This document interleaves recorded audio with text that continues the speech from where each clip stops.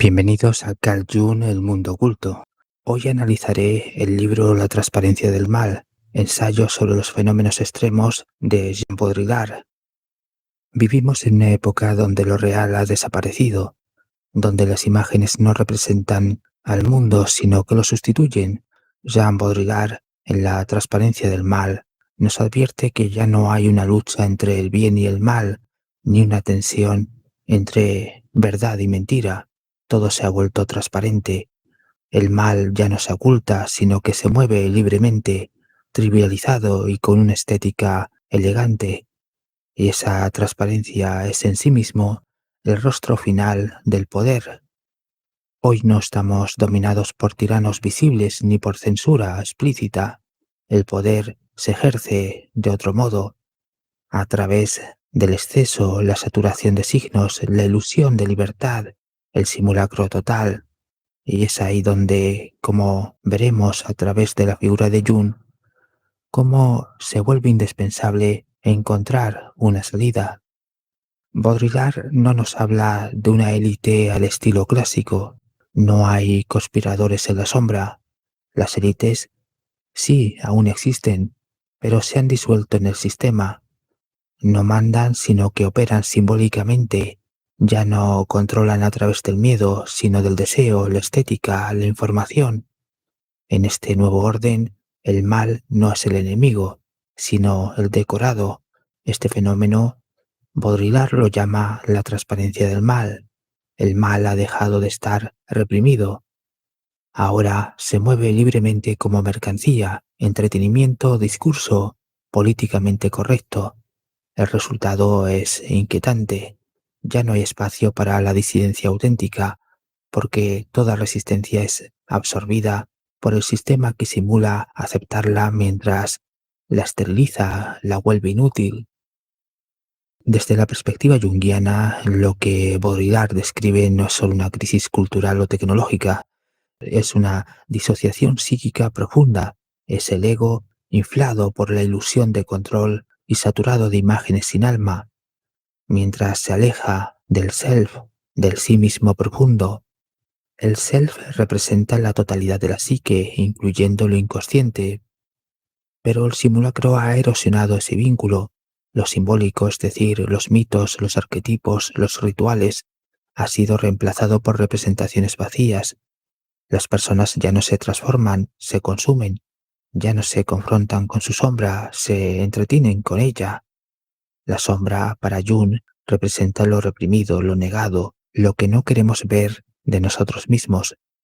En un proceso saludable de individuación, el ser humano confronta esa sombra, la reconoce e integra, pero en la sociedad posmoderna esa confrontación se ha evitado.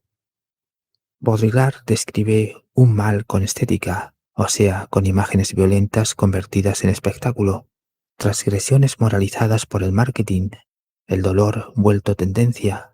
Así el mal pierde su poder de transformación, ya no es el opuesto necesario para crecer, sino un decorado que confirma la indiferenciación. No hay duelo, no hay conflicto, solo consumo. Por otro lado, las élites invisibles descritas por Baudrillard. Esas élites invisibles adoptan, en términos junguianos, la máscara del trickster, el embaucador arquetípico. El trickster confunde, subvierte, se ríe de las estructuras, no tiene forma fija ni rostro. Así es hoy el poder, impredecible, irónico, imposible de enfrentar directamente. Su arma no es la represión, sino la ironía del espectáculo. Este poder del trickster promueve el caos sin finalidad, el escándalo sin consecuencia, la contradicción como estilo. Cada crítica se vuelve contenido, cada protesta mercancía. No hay fuera del sistema, porque todo es absorbido. Entonces, la gran pregunta sería cómo escapar de esta prisión invisible. Baudrillard no ofrece una respuesta, solo nos deja la inquietud. Entonces, ¿cómo escapar de un sistema donde todo está previsto y absorbido por la simulación? Aquí es donde la psicología profunda, especialmente la junguiana, ofrece un camino, una vía, no política, no ideológica, sino simbólica y psíquica, porque el problema no está solo fuera, en el sistema, está dentro, en el alma atrapada. Para Carl Jung, la única forma de sanar el alma es a través de la individuación, el proceso mediante el cual el individuo se convierte en sí mismo, integrando su sombra, reconectando con el self. La individuación es subversiva en la época del simulacro, porque consiste en una rebelión silenciosa contra el sistema y porque ese proceso exige autenticidad en un mundo de máscaras. Significa dejar de consumir significados prefabricados y comenzar a crear sentido desde la experiencia interna. Por ello, Jung propone una herramienta poderosa, la imaginación activa, es decir, dialogar con las imágenes del inconsciente de forma directa sin intermediarios. Esto es lo opuesto a la pasividad del consumo.